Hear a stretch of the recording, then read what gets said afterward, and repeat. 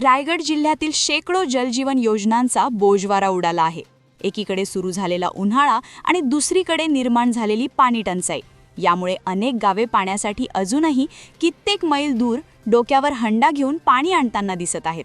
मंत्री अदिती तटकरे यांच्या मतदारसंघातील माणगाव तालुक्यातील वावे दिवारी गावातील जलजीवन योजना देखील रेंगाळली आहे। त्यामुळे वावे दिवाळी बौद्धवाडी, वावे दिवाळी आदिवासीवाडी या गावात पिण्याच्या पाण्याच्या टंचाईनी झळ जाणवू लागली आहे। अशा परिस्थितीत गावाजवळ असलेल्या विहिरीतील पाणी डोक्यावर पायपीट करत आणण्याची वेळ महिलांवर आली आहे।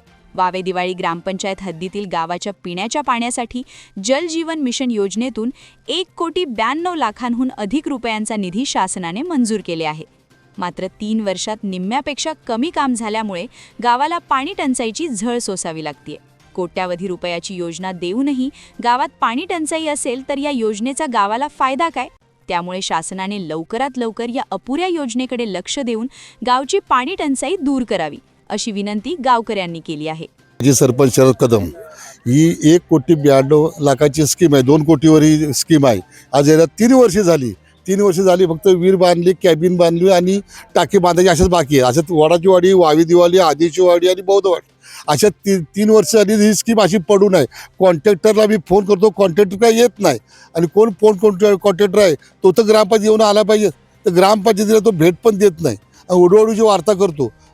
तर असल्या या ज्यांनी पेमेंट किती काढले त्याची चौकशी करून त्वरित कामाला पुढे चालू करावा।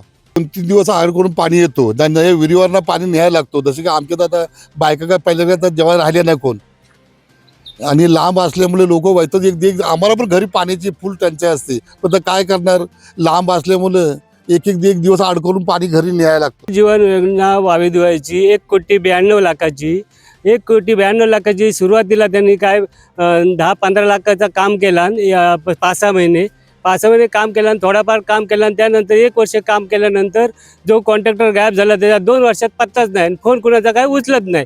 तर एवढी मोठी योजनेचा गावासाठी काय उपयोग आहे याचा लक्ष द्यावा शासनाने। सध्या परिस्थिती अशी आहे, सध्या परिस्थिती पाण्याची एवढी टंचाई आहे का गावात विहिरीवरनं पाणी न्यायला लागतोय। तर ह्याची लवकर शासनाने दखल घ्यावी। मे महिन्याच्या आत कुठल्याही परिस्थितीत दखल घेऊन पाणी चालू करावा। पाण्याची आमच्या एप्रिल मे मध्ये आम्हाला खूप पाण्याची टंचाई असते आणि 3 वर्ष झाली विहिरीला काम केलेला चालू केलेला अजिबात कोण दखल घेत नाही। अजून टाकी पण बांधली नाही आणि काहीच नाही। तर आमचं करोडो रुपये घालून इथं काय फायदा त्या पाण्याचा? आणि म्हातारी माणसं कशी काय पाणी आणणार? विहिरीचं खूप चालायला लागतं एवढं लांब। पाण्याची टंचाई भरपूर आहे। नळ आहेत दाराशी, पण पाणी अजिबात भेटत नाही। मे मध्ये तर भरपूर हे होतो पाणीच्या, अजिबात म्हणजे लोक येत्यातून पाणी पण भेटत नाही। आणि ही विहिरीचं बांधकाम केलेल्याला 2-3 वर्ष झाली, पण त्याची कोण तक्रारच घेत नाही। मग ते आमचं बांधकाम केलं तर आम्हाला पाणी भेटेल ना। विहिरीवरनं पाणी न्यायचं तरी किती, आणि पाणी न्यायचं वय आहे काय आमचं?